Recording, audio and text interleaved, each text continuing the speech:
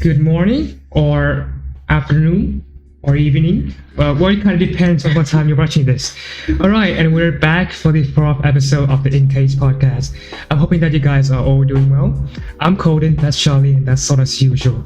And on today's session, we are going to take a look at a very fascinating topic, a topic that is undoubtedly prominent, but still very much kind of staying in its nature.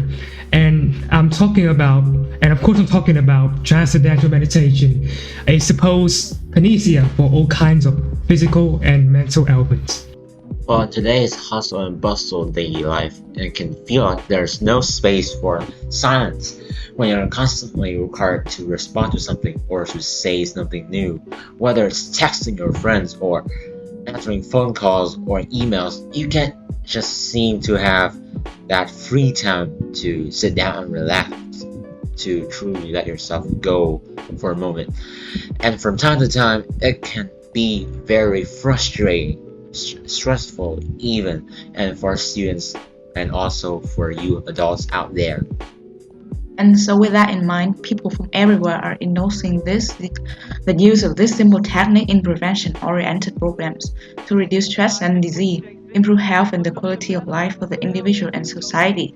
Today we are going to talk about what transcendental meditation actually is, how you can practice it, and the enormous benefits if you were to embrace silence just a teeny tiny bit more. Right then, so what's this transcendental or meditation all about?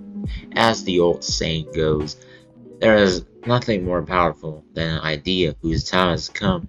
Transcendental meditation is more than an idea, it is a powerful, proven technology to unfold our most precious natural resource, our human mind. The method is a simple, natural, effortless, but easily learned mental technique practiced for 15 to 20 minutes twice daily, sitting comfortably with the eyes closed.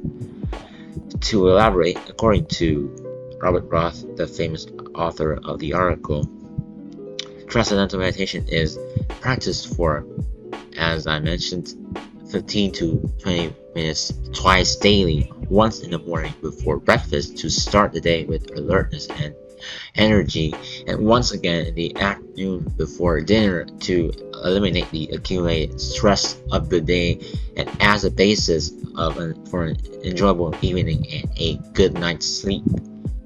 No awkward or cramped positions are necessary to practice transcendental meditation. You can practice the technique everywhere in your office, after work, on the subway, sitting on a plane, or even in your car parked at a highway rest stop. But it is usually practiced in the comfort of your own home. Well, it sure is undoubtedly an exceptional practice. But how does it actually work? What's really going on when you just close your eyes and drift away like that? Well, by means of temporarily dissociating yourself from pretty much anything going on in the world right now, and just relax. This allows the mind to settle down to a silent yet fully awake state of awareness, pure consciousness, I would say. And at the same time, the body gains a unique and profound state of rest and relaxation.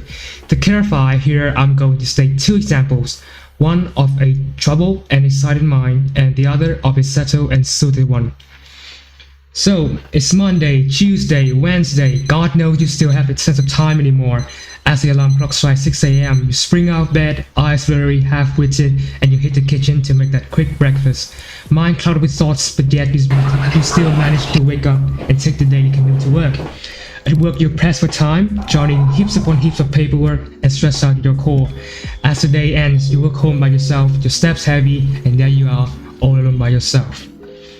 So, what about the settled mind? Well, it's a beauteous Sunday afternoon and you're heading home from a long weekend vacation, well rested and refreshed. You feel content, relaxed, jubilant, your mind alert, calm and clear. Life is so simple all of a sudden as you're driving yourself home in the twilight. Staring into the horizon, you begin to think of new ways to make things better at work and at home.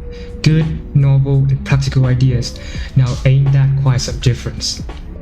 Yes, indeed, and the effects of transcendental meditation has on the human body is equally enchanting.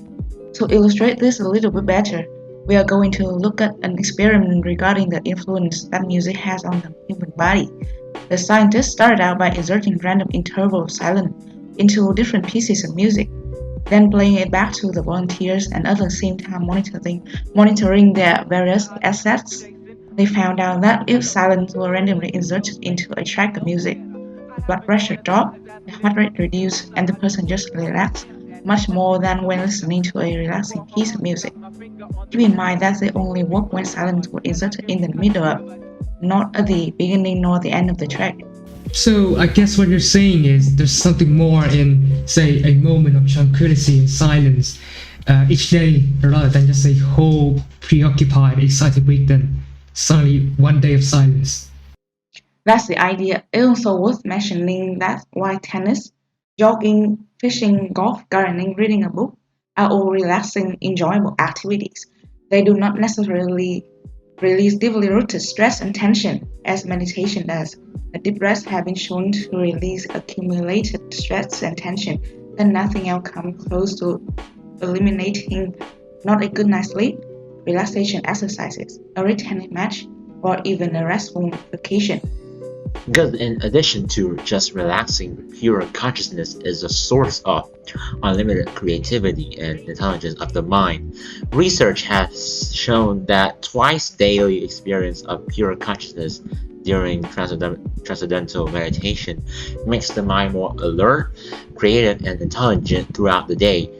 And the deep rest provided by transcendental meditation, as Charlie has mentioned above, eliminates the buildup of stress and tension and improves health, and also provides the basis of for more dynamic, productive, and satisfying activity. And even though trance meditation is by no means a religion, it's undoubtedly the fundamental building blocks in many of the world's religion. For instance, Buddhism, where silence is of great value to monks. That being said, though, they do warn us of the that silence can be a double-edged sword. With a favorite quote of mine from Harriet Shawcross, a famous journalist, that silence is very much like love. It's something that we all feel like we want and need, but silence, like love, is strong medicine and it can actually completely tear you apart. Alright, so that is the end of this week's episode. We hope you guys enjoyed it. It's been a blast, and remember to tune in on our next week's episode where you will see a big surprise. But for now, peace out. See ya!